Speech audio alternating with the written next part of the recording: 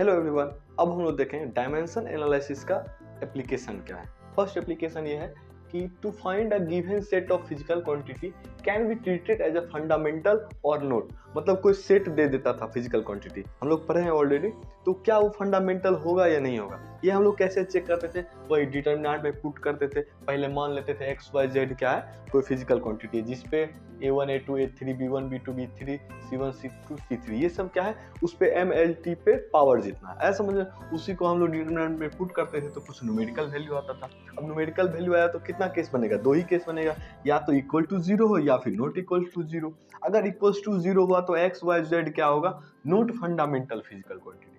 इतना बात समझ में आ गया। नॉट इक्वल टू जीरो हुआ तो एक्स वाई जेड क्या हो जाएगा, फंडामेंटल फिजिकल क्वांटिटी।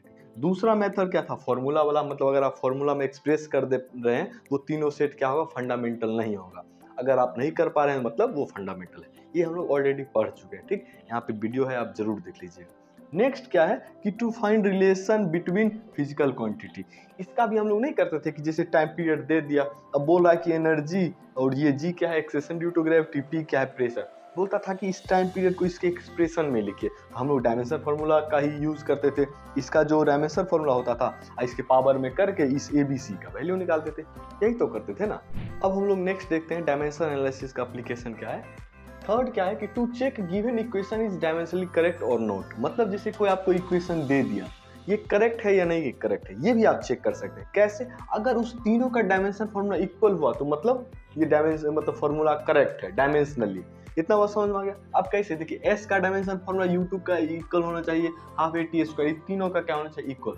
एस का L होता है, U का L T⁻⁻1 होता है और T का T होता है, तो T कैंसिल हो जाएगा, आ गया ना L, और ये भी L है। यहाँ पे देखिए T⁻2 आएगा एक्सेलेरेशन का और T स्क्वायर का T स्क्वायर, ये भी कैंसिल हो जाएगा तो L ही हो गया। अब कहिए कि 1/2, मेरे भाई ये कांस्टेंट ना है, इसका डायमेंशन क्या होता है, लेस होता है, ठीक। तो देख रहे हैं करेक्ट है ना, ये बात वेरीफाई हो गया। थर्ड क्या है, यूनिट कन्वर्जन। इसका भी आप डायमेंशन फार्मूला से यूज करते थे ना, डायमेंशन फार्मूला का यूज करके हम लोग नहीं निकालते थे यूनिट कन्वर्जन। किसी भी फिजिकल क्वांटिटी को हम लोग क्या लिख सकते हैं, n इंटू यू। एन क्या है, न्यूमेरिकल वैल्यू, यू क्या है उसका यूनिट। तो इसमें हम लोग क्या करते थे, n1 un equal to n2 u2। मतलब हमको कौन सा सिस्टम में कोई फिजिकल क्वांटिटी है उसको किस सिस्टम में कन्वर्ट करना है, इसी फॉर्मूला से हम लोग यूज करके फाइंड करते थे, ठीक है।